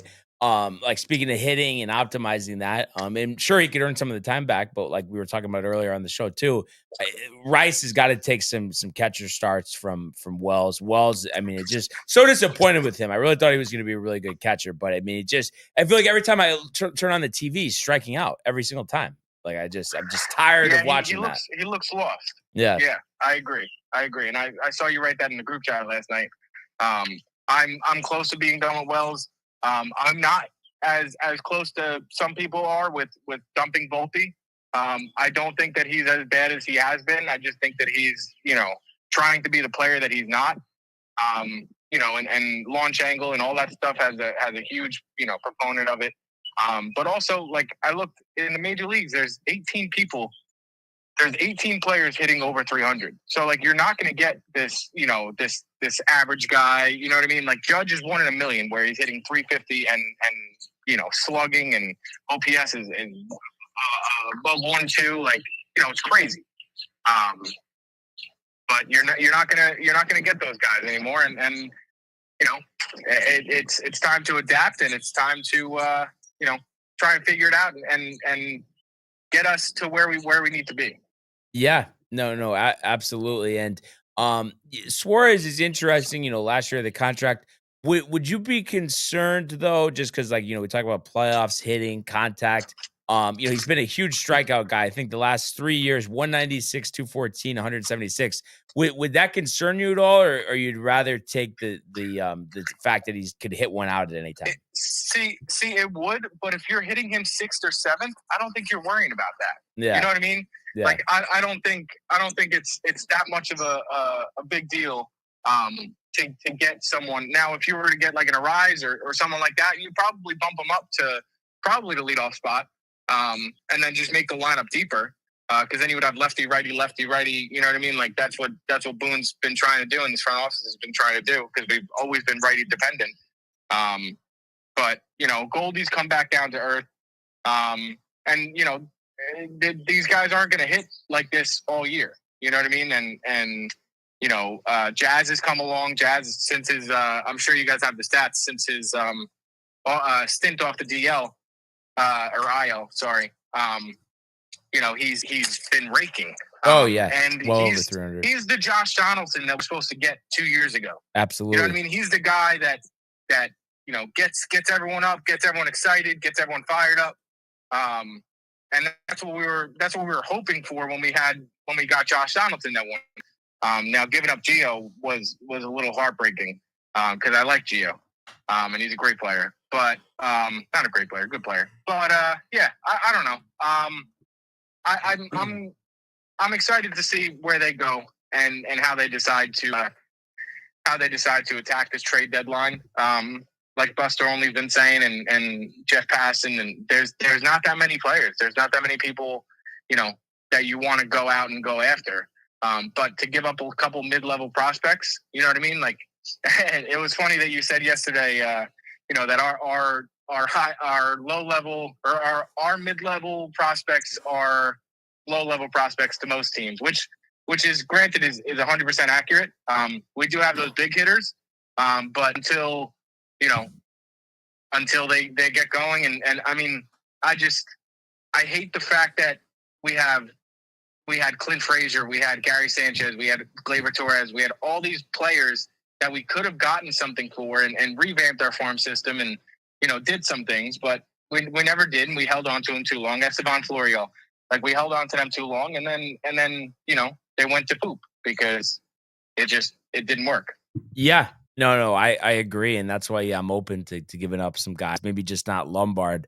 So we'll have to see, but I just think if we can get either Suarez or McMahon, and then a reliever, and maybe not specifically him, but somebody like that's dominant, like a Felix Bautista, I think that's all we need because he'll be coming back. And we could dip into the minors more if we need. But I like the way our pitching looks, and I think we do have a deep enough offense. We'll just see what happens with Wells and Volpe. They're kind of the guys that, you don't know what they're going to do, but I think we have more than enough, and it's all about just hitting in the playoffs. And obviously too, Judge has to be going, and you did make a good point. I mean, you would have thought it would have been last year, and who knows what would happen too if they didn't blow game 5 because he homered in that game, just to finish out the season. He had the home run against Class A.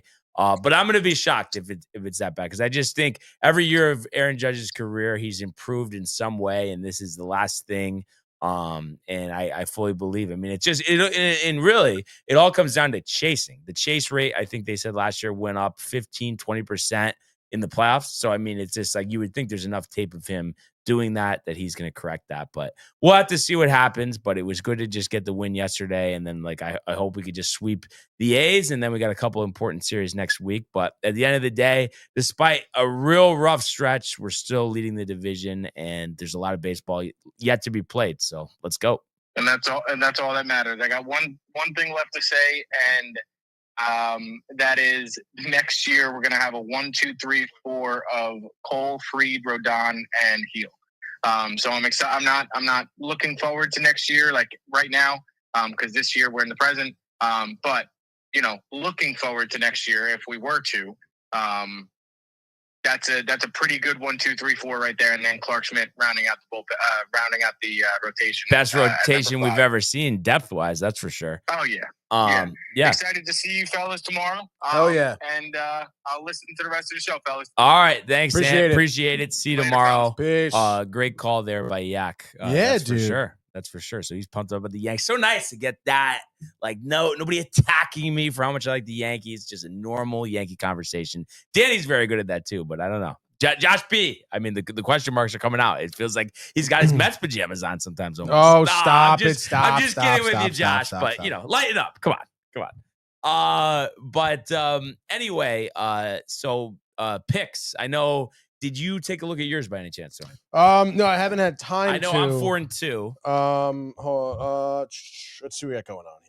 Should we just finish up in Staten Island? Honestly, at this point, you might as well, dude. Just get in the car. Hold on, stand by. Let's do this real quick. Yesterday was Wednesday. We had Mets in the over. So there we go. Bang, 2-0 right there. Finally, Pirates lost, but it was on the under. So it's 1-1. And then I had Rangers in the over, which I think is also 1-1. DeGrom 7 scoreless. They won like 7-0, I think. Yes, so it's 1-1. So it's also 4-2, dude. Let's go. There, what do you know? The parallels. Still Tony. a 2-game lead you and have. You are batting leadoff, right? No, I'm pretty sure. I thought I did yesterday. Oh, you did? Because I ended it. Then I'll bat leadoff. Another edition, 6-pack MLB pick segment. You know the deal. Hirsch Law Firm. And I honestly don't know the deal just because, unlike you, my team is not in action today. So it's kind of it's open for a little uncomfortable here. But I will not be taking the Mets. But you know what? I'm going to take the Detroit Tigers here. And it looks like Dietrich Enns is making his season debut here, going up against Jeffrey Springs.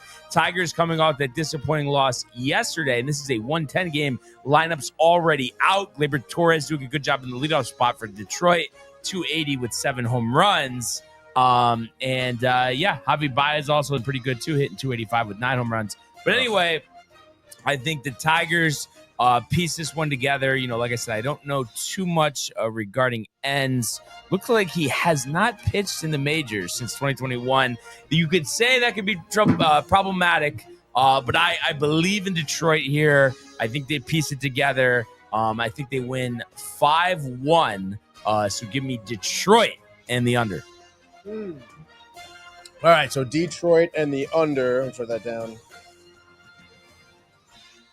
All right, so first off, you know where we're going, Ernie, okay? Most overrated ballpark in the majors. Which is ridiculous to say that, dude, because obviously a lot of people who, if anything, it's underrated, honestly, because a lot of people give it slack, dude. Like, people across the room right now, dude. But in any case, dude, it's the second night in a row, actually. We'll be getting a Holmes on the mound to be starting the game. This time it's Grant Holmes for the Braves, 4-6 in the year, 3.71 ERA. Matched up against a 1 Griffin Canning, dude. The guy you don't want to be starting your postseason games, but nonetheless, he is 7-3 on the season, 3.91 ERA, going through it his past couple of starts. Or at least just laboring himself through where you kind of feel kind of iffy. Phillies most recently, 5 innings, 3 earned runs. Not great, but I think could get through this Braves lineup here. And I think there's going to be offense plenty. I mentioned Lindor finding some form here. It's been some time that we have had a leadoff home run by him. Why not start that tonight? Get the boys buzzing, and then don't even look back, dude. So give me Lindor the homer, Alonso the homer, and give me Soto the homer. Second time this season, you'll see all 3 of them getting a home run in the same game. Grant Holmes exits after 4 2/3 innings. Bullpen used up. Braves, tough time. Over 8.5 here. Canning, like I said, expected to labor through 5. You have 3 earned runs. Mets win this one. I'm going to keep it close. I'll say 8-5. Mets in the over, dude. All right. Dodgers 5-0 against the Rockies this year. Let's make it 6-0. They killed me on the over yesterday. But I'll go the under. You got Clayton Kershaw matching up against Austin Gomber. So the future Hall of Famer, I think, against a weak Rocky side. And let's put this out there. I know every team has a bad game. I think the Dodgers do have a chance to go 13-0 against the Rockies this year. But I think they get to 6-0. I think Kershaw, 6 innings, 2 earned runs, striking out 9. 10-2 Dodgers just on the under. All right. Let's go down to a central matchup here. Cubs versus Cards. I'm definitely going to take the Cubs. What am I saying, dude? Shota Imanaga on the mound, 3-2, 2.82 ERA. Obviously, we know about the offense the Cubs could have. But right now, St. Louis seem to have their number a little bit, dude. I know they lost last night 8-0. The Cards did. But still have taken 2 out of 3, looking to take the series here. Cubs looking for the split, and I think a second team here, first being the Mets, second being the Cubs, will get that split. Cubs shutout, I don't know, but I do like the under here. Over-under is 9.5. I think Palante could, labor through 5 or 6 innings. Imanaga, I would say scoreless through 7. Gets taken out, maybe 7 2/3. He gets maybe a solo shot. Lars Nootbaar maybe, or Brendan Donovan. Who cares? But Cubs go on to win this game. I'm going to say 6-1. Cubs in the under. All right. Final game. I think the Giants avoid the sweep, and it would be, pretty embarrassing here to get swept at home by the Marlins. They haven't scored. No, that was the wrong box score. But anyway, they lost 8-5-10 yesterday, 4-2 the first game of this series. It's interesting. They did win 2 out of 3 of the first series in Miami, but having trouble here at home. Hunter Birdsong, Tony, has done a good job this year. 3-1, 3-2-5, matched up here against Jansen Junk, who is a reliever. So a bullpen game. But I think the Giants shut him out here. Birdsong 6 scoreless, striking out a dozen. Giants end up bouncing back here, winning 5-0. Wilmer Flores, 3rd inning grand slam. Giants and the under. I know I've been talking about a lot of teams losing the series or the sweep here. I say Phillies get swept, to be honest. Stroh's coming out here. Hunter Brown, 1.88 ERA through 91 innings pitched here. 109 strikeouts for the season. He's been dealing, no doubt about that. And the Astros have been dealing against the Phillies, like I mentioned, pitching back-to-back shutouts against the Phillies, which is pretty impressive here. Phillies going through it a little bit offensively. You could say maybe this will be the bounce-back game. I don't think it will happen. Maybe next series, bud. Especially when you look at some of the numbers that the Phillies have career-wise against Hunter Brown. It's not great, dude. So I think Sanchez could, probably who's pitching well for the series, for the Phillies, I should say. Over-under's a low 6.5. Dude, the totals, Brian. That is low, but again, you'll get the past 2 games of the series. I guess give me the under. Astros win this one. Why not? Give me Pena walking it off. Bottom of the 9th. Double. Astros win 3-2. All right. Astros in the under. Just like that. MLB 6-pack pick segment here. Herschel Law Firm. All Done. that. So a little off day for the Yankees. We'll see what the Mets can do against Atlanta, and we'll see what we can do in another edition of the Immaculate Grid. Music back up. Bang. Screen shared. No back channels today. No back channels needed today. And let's get started here. Atlanta, Boston, Edgar Renteria. Atlanta, Boston, Edgar. Funny, you don't really think about him on either team. No, you do not, dude. 1% of people did. How about a former New York Yankee? San Diego, Boston, David Wells. Okay. You think that'll be? I would just go with Wells. Come on, Tony. You know better not to doubt me. 2%. Well, no, I'm just saying what I had would have been less than that, but you don't want to hear it, dude. Less than 2%? I would probably guess Iglesias would be less than 2%. But I don't know. No, could not be. Soler, left field, Braves. Left field, Soler, Braves. Bang. Jorge Soler, 2%. And I know, remember, this was the Orlando Cabrera that I messed up because he didn't play for the Cubs. Remember, I thought that? Yes. But I was just trying to think. I know Lackey. Rizzo didn't play in the majors for Boston, right? No. We could do, by the way, for Braves right field, White. He's the guy who backs up Acuna. Wait. So for Braves right field? Braves right field. Yeah, go ahead. Oh, I have this is Bang. a doozy. What do you got? Boston and the Cubs. Todd Walker was on the 04 Red Sox, second base. How about 0.6, dude? How about that? Do you think a Lou is too high because everybody knows he was in left field with Bartman? Probably not. Or you think it's a while ago, so we're okay? I think it'd be a while ago, All right. so let's do it, right? Moises. A Yearny favorite. I guess everybody knew, right? I mean, I wouldn't know. It's not like we said Sosa. Bellinger, right? For the Cubs? Yeah, I guess that's fine. I don't know. It may be also high. I mean, I'm not up on the Cubs outfielders, I guess. 2% were Wow, good. dude. All right, so Padres, we really just have left field. I'm trying to think if Iglesias was thrown into the outfield. I don't know about that. I don't think so. Profar. Which left Jason field? Tommy Hayward. Pham. Jason Hayward and right. Definitely. Jason Hayward and right. 1%. All right. And then do we think Pham and left? Pham definitely played left. He must have played left. If he didn't, Crazy. No back channels. no back channels. 29. I mean, dude. pretty impressive stuff there, no? That fucking dumbass smile, Tommy Pham. Ernie probably missed the whole grid we did. So fast. Probably, dude. He's too busy fading the Mets. Big mistake, dude. Moises was the most popular answer for Cubs I left field. know. The most because of popular? Bartman. It's because of Bartman. That's why everybody saw the video. But it's all right. It was still a really good grid. It could have been an outstanding grid, but that's all right. No, that's what you want to do. All right. Update from Houston, not from No, Detroit. Excuse me. I wonder if John Pollock's on the Ian course. Happ, dude. Andrew Putnam, 7 under. Minwoo Lee. How about that? Riley's guy, Minwoo Lee, 7 under. So they're tied for the lead. Zach Johnson in second here with Hodges, Perez.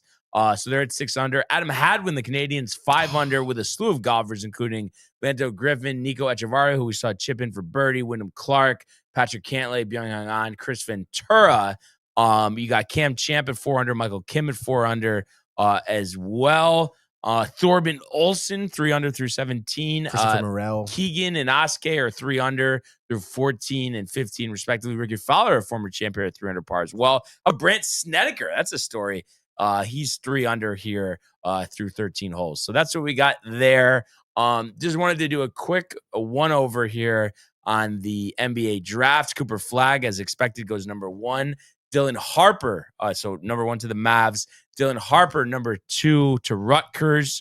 You got Ace Bailey from Rutgers going 5th to the Jazz, so he doesn't end up sliding out of the top 10. Also, do you know how to say that name from Duke? Oh, Con Kneppel. So it's Con Kneppel. I always thought it was John Kneppel, just because I remember seeing him, but I didn't understand how it was pronounced. But he goes to the Hornets, and the Hornets end up having a good draft here because not only did they get him, but they traded for the 29th pick of the draft and picked Liam McNeely from UConn. I was surprised that he slid that low in the draft. So that's interesting. The Nets had 5 first rounders. They went with 4 guards. Jason Richardson's sons, Jace, went to the Denver Nuggets at 25. And those were really the guys that stood out to me, the guys that I was familiar with. Not that there was that many to be familiar with. But it's going to be interesting. Second round today. Also, I heard there was some chatter, and Chokery had texted me about it, that possibly the Nuggets trading Jokic, but I have a tough time thinking they're going to do that because I feel like Jokic is always a guy that you could just build around. Like, why would you trade Jokic? Yeah, why would you trade that? And what are you going to get that would be more enticing than that? Do you think that, like, I don't know. I mean, not for nothing, Jokic seems like he has so much more, like, beyond basketball. Like, do you think his attitude is like a I wouldn't say non-winning, but like, do you think he's more focused on like going home with the horse? Like, I think he's all business, but at the same time when he's out in the court, he's a fucking assassin. He is an assassin, right? I mean, hopefully not off the court, but I mean, like, I've never seen someone literally like just not give a shit so much when he's not playing, but then also play so hard, you know? Yeah. So I don't know, but it would be wild to get rid of him. I mean, that'd be so stupid, dude. Yeah. And then I'm interested to see how the Rockets, not the Rockets, but the Mavericks will be with Cooper Flagg, Anthony Davis. And I'm trying to think back to this. Did Kyrie tear his ACL last year? Yeah, Kyrie's out for the year. The whole season? Majority, if not the entirety. That's brutal, dude. Yeah, but I mean, you still get Flagg and AD. But that'll be interesting. And Klay Thompson. And then, the Knicks with the second round pick tonight. I don't know. I know nobody cares about the second round, but I was talking about this with everybody with JD yesterday. I feel like you could find that diamond in the rough, and Jokic himself was a second rounder. So there we go. Maybe there's some guys that can help teams. Are you looking at anyone right now? Round. I did have the big board up if it's still on here, but I believe there was a couple. There's always like some highly touted guys, could be first round. They end up going undrafted. I've seen that a bunch of times before. But just wanted to see here. So on the best available. Do they have that? Let's see. Best available. Let's see. So the first guy was ranked 26 overall, Maxine Raynaud from Stanford. Just trying to see if there's anybody familiar. Watkins from Florida State. I'm familiar with him. He's the 6th best available. Tyrese Proctor, who went to Duke. Sion James, who went to Duke as well. Yeah. So I mean, there's a couple guys here. So I wouldn't be surprised if somebody ends up playing a big role this year. We'll see. No, I just the old sports group chat. I'm sure you saw that one. You're focusing the show, man. But that's really it, honestly. Anyway, I mean, we're talking NBA. This is not like our cue, right, Tony? No, yeah, this would be the cue to start to maybe to start the track to Staten Island. You know, but yeah, a great show that it was, right? That's right, dude. What are you doing between now and departure? Literally, calls. I'm going home and nice. I have some quotes to send out. So nice. Just do that from home. Just get cool. ready. Matt's gonna meet me at my house around 2. You guys driving together? Yeah. Okay, together. Cool. Yes. The parking. Tough. Yeah. The parking is tough, dude. Yeah, but no, so pumped for that. Tomorrow's gonna be amazing. Today was an amazing show. Some great calls as well. Thank you, Kevin Yak. I can't wait to see you guys tomorrow on set. But yeah, really appreciate everybody who tuned in today and continues to comment, like, and subscribe. All the archives of the YouTube page, Tony, Melgo, Renee, and Jay. Costume the merch at DowntimeTV.com. Want everybody to enjoy the day, enjoy the games, and we will see you mañana. Let's go, Mets! Hey guys, Tony here from Downtime TV checking in. I want to thank all our fans out there who's been liking, subscribing, sharing our content. You guys are the best. You guys are our bloodline. You make us love what we do. Thanks again.